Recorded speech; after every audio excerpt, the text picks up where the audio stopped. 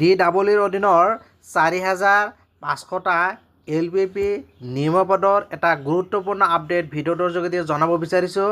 4,500টা LPP পদৰ প্ৰাৰ্থীসকলৰ আবেদন কৰা প্ৰাৰ্থীসকলৰ বাবে এটা ভাল খবৰ।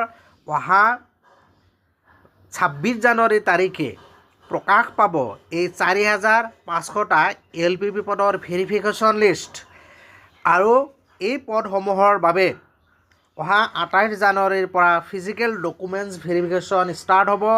এই সম্পৰ্কে শিক্ষামন্ত্ৰী ডক্টৰ ৰণোজ পেগুৱে তেখেতৰ ফেচবুক পেজত ইতিমধ্যে অলপ আগতে উল্লেখ কৰিছে। ইয়াতে চাওক, I am please to inform all the aspirant of 4,500 LP and UP recruitment that verification list will be published on 26 January 2026 অৰ্থাৎ অহা 26 জানুৱাৰী তাৰিখে ভেৰিফিকেশ্যন লিষ্ট প্ৰকাশ পাব।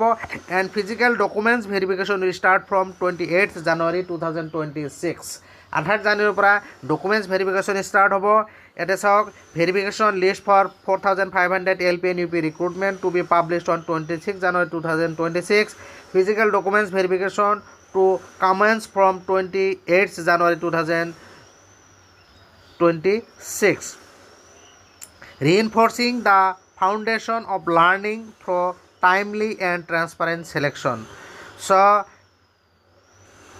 4,500টা পদৰ যি জল্পনা কল্পনা চলি আছিল যে ইলেকশ্যনৰ আগতে এই পদখিনিৰ ভেৰিফিকেশ্যন নাইবা নিযুক্তি প্ৰক্ৰিয়া সমাপ্ত হ'ব নেকি। ইতিমধ্যে মুখ্যমন্ত্ৰীয়ে ঘোষণা কৰিছে যে 4,500টা পদৰো ফেব্ৰুৱাৰী মাহৰ ভিতৰতে বা ইতিমধ্যে টাইম লাইনো প্ৰকাশ পাইছিলে যে ফেব্ৰুৱাৰী মাহৰ ভিতৰত অৰ্থাৎ ইলেকশ্যনৰ আগতে নিযুক্তি প্ৰক্ৰিয়া সম্পূৰ্ণ কৰিব। তাৰ কাৰণে ইতিমধ্যে আজি শিক্ষামন্ত্ৰীয়ে এই গুৰুত্বপূৰ্ণ এটা ভাল খবৰটো জনাইছে।